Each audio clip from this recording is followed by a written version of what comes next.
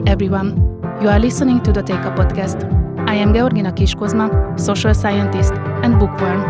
In the TÉKA podcast episodes, we talk about social issues, each time on new topics. One thing is for sure, we preserve ideas instead of borrowing them. Join us. Welcome everyone. You are listening to the new TÉKA podcast episode of the Youth Research Institute. My name is Georgina Kiss-Kozma. In today's episode, we are going to talk about women and family here at the MCC Fest. I'm delighted to have Sara Huff, whose most recent high-profile position was coordinator of maternity policies at the Ministry of Women, Family and Human Rights in Brazil. Sara, I'm very grateful to you for accepting my invitation. Reading your autobiography, I noticed that although you are still very young, you have had a very exciting life. You have developed from a radical feminist to a conservative Catholic traditionalist. So before we turn to our main topics, I would first like to ask what we should understand by feminism.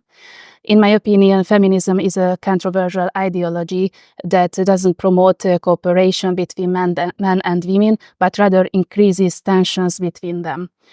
So how should we properly understand feminism? And my closely related question is, are you a feminist now?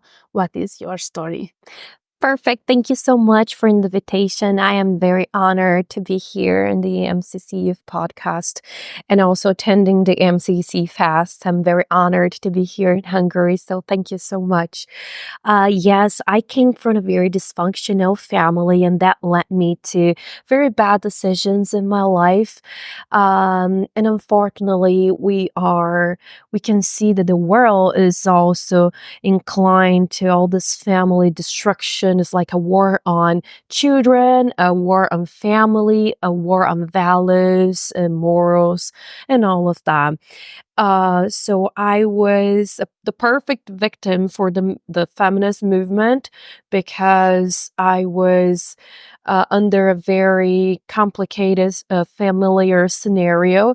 I had a brother who was involved with the drug dealing, drug traffic, narcos, very violent. So I grew up in this violent environment. When I was 16 years old, unfortunately, he kicked me out of home and I started to live on the street, sometimes with relatives, and I ended up in the prostitution world at the age 16.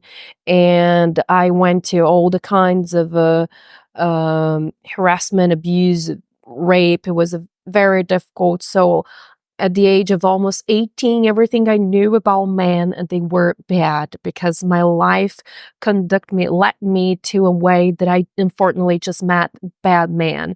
So one day I was just reading the news and I happened to see this movement of very young girls protesting, and they were like doing topless, and it happens to be the Ukrainian movement Femin that was in 2011, and I wasn't sure if that was good or right, but definitely called my attention.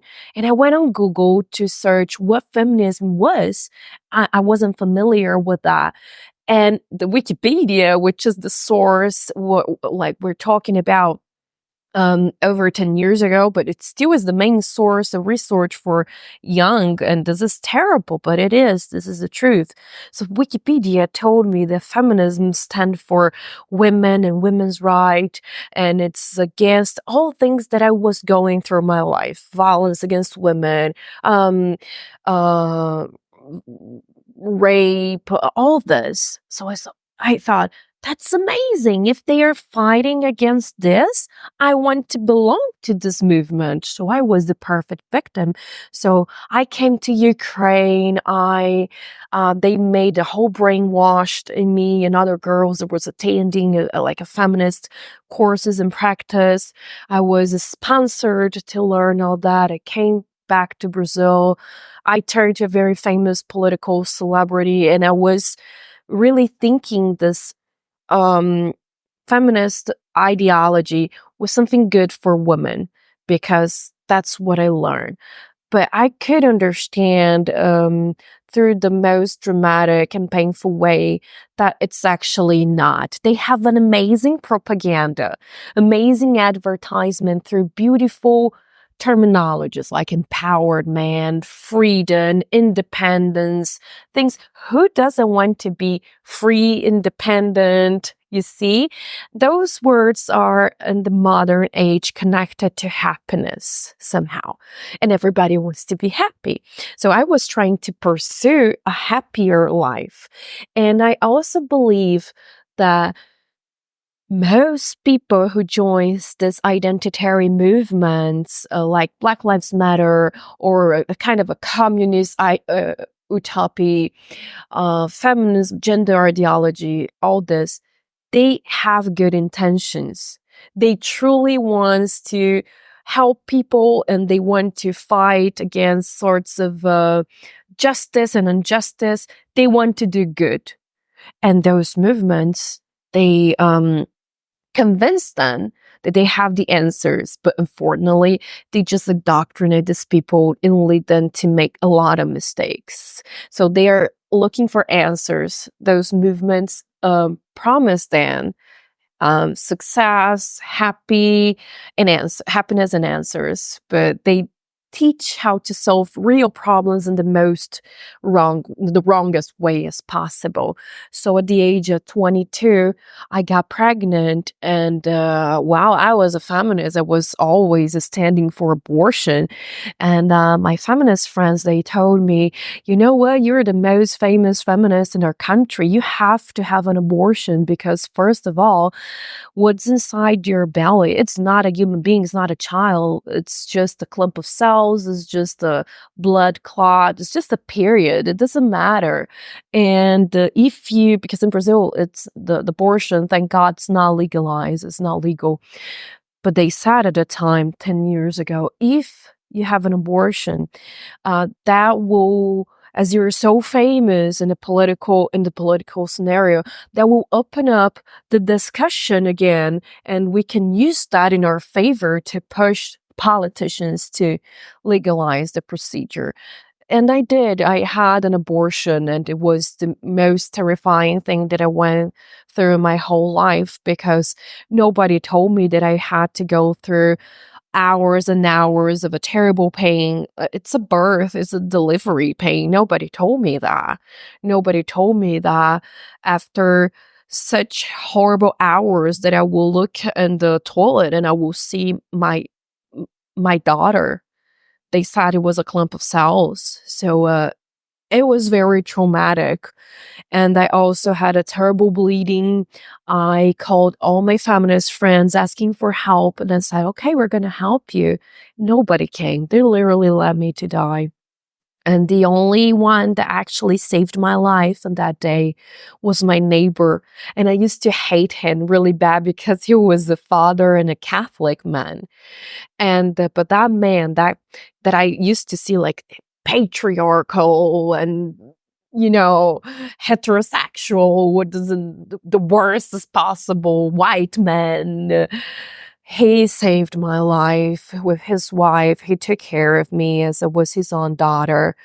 And that was, like, I think, the spin-off why I could see that everything that I was fighting for during 5 years and the deepest intimacy of the feminist movement, that wasn't right. Everything I wanted, it was helping women, but after 5 years of feminist, how many women did I help? None. And I almost lost myself and almost died. So that was the reason why I quit feminism and I started to reconnect with the church and the truth. So I am not a feminist. And sometimes people ask me, what are you? Are you a conservative? What's your political tag? And I said, I'm Catholic. That's what I am, if I can define myself. Here in Hungary, we believe in the traditional family model, and the majority of young Hungarians also imagine their future in traditional families. On the other hand, we are facing enormous demographic problems in this part of the world because fewer and fewer children are being born. In Europe, the fertility rates have long been below the replacement level, which is why the total population in many countries has been shrinking and aging. There are voices who believe that it is a responsible decision for young people not to have children. How do you see the current situation of the family structure? What your experiences in your country? Yeah, and actually, this is a big problem in effect all the Western, because all the liberalism, the feminist movement have taught women that motherhood, matrimony, those are such horrible things that will lead women to their unhappiness, and that we need to be so well successful, like we need to be CEOs of great think tanks or banks, or that we have to have a degree, a master, a PhD, a post PhD. We can do all that, but if we don't pay attention in our feminine nature, we cannot be happy. I particularly believe that uh, one who fights against their own nature are completely incapable to find happiness. And when we see that women nowadays, they're pursuing their careers so bad because they want that, this is connected to the idea, the modern idea of happiness. And then we see women reaching like 35, 38, 40, 45, and now they are just spending all their savings in trying to get pregnant. And this is something that they could have done in the past for free. So I think women are being dumb. Feminism is dumbing down women. We went to a trap, and now we need to liberate ourselves. That it's so people are terrified. Youth, they are terrified of having responsibility. It's a hedonistic society where everybody under the age 40 wants to have pleasure and enjoy life.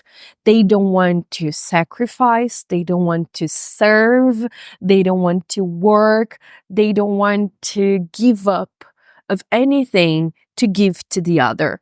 And this is also a reflection of taking away Christianity, of the upbringing of people, because the most principle of Christianity is charity, is love others as you love yourself. Nobody wants to love others. Everybody wants to love themselves. So, and this is a reflection in our youth. So now we have a big job ahead, and I think and I truly believe that Hungary can be the role model for the whole Western. What's happening here? A counter revolution, a Christian conservative counter revolution. It can be used as a role model to inspire youth all around the West. Thank you very much. My last question is, what would you say to Hungarian young people, women and mothers? I will say, please speak up, because being here for only a couple of days, I could see with my own eyes. Of course, as an expert in public policy, I studied before the pro-life and pro-family Hungarian policies, and I was amazed. But now I can see with my eyes, and sometimes I think maybe Hungarian people are very humble, but somehow kind of naive, because they don't understand how famous and popular you are around the world. The world now, the West, are turning their eyes to Hungary. So y'all have to be a role model and especially women, because in America, in Latin America, and West Europe, women truly believe that they can be mothers and being happy and well successful. And Hungarian women, they are proving, yes, we can. Yes, we can. And I think y'all have to speak up and don't be shy and have this wish inside to say, hello, we are doing this here. If we are capable, y'all are also capable. And if you want, we can teach y'all how to do that. Sara, thank you so much for accepting my invitation and sharing your inspiring and valuable story with us. And to everyone who has listened to our conversation, have a wonderful day. So thank you so much. Thank you so much.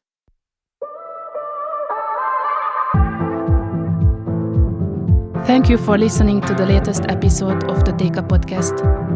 You can find more content on the Youth Research Institute's website and Facebook page.